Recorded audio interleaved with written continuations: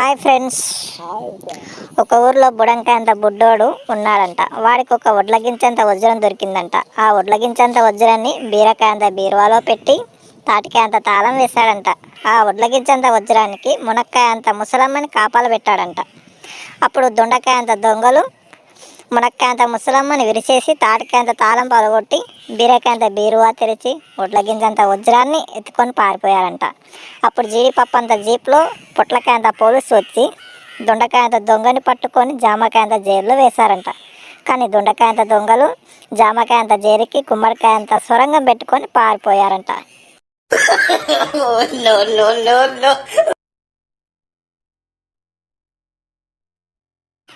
ఒక భార్య భర్త బస్సులో ప్రయాణిస్తూ ఉంటారు. బస్సు కంట్రోల్ తప్పి పక్కనే ఉన్న ఒక పెద్ద చెరువులో పడిపోతుంది. ఆ బస్సులో ప్రయాణికులందరూ తమ ప్రాణాలు కాపాడుకోవడానికి నానా ప్రయత్నాలు చేస్తుంటారు. ఆ భార్య భర్తలు కూడా ఈదుకుంటూ వెళ్తుండగా ఆ వ్యక్తి భార్య ఒక్కసారిగా వెనక్కి తిరిగి ఆగిపోయి ఎవరి కోసమో వెతుకుతూ ఉంటుంది. అప్పుడు ఆ భర్తకి డౌట్ వచ్చి అడిగేలోపు భార్య కలగేసుకొని ఇలా అంటుంది, ఓయ్ ఇదిగో కండక్టర్, నాకు ఇంకా నువ్వు 2 రూపాయలు చిల్లర ఇవ్వాలి, గుర్తుందా? దాని కండక్టర్ మరి ఆమె భర్త ఆమె యొక్క అత్యాశం చూసి తెల్ల ముఖం పెట్టుకున్నారు.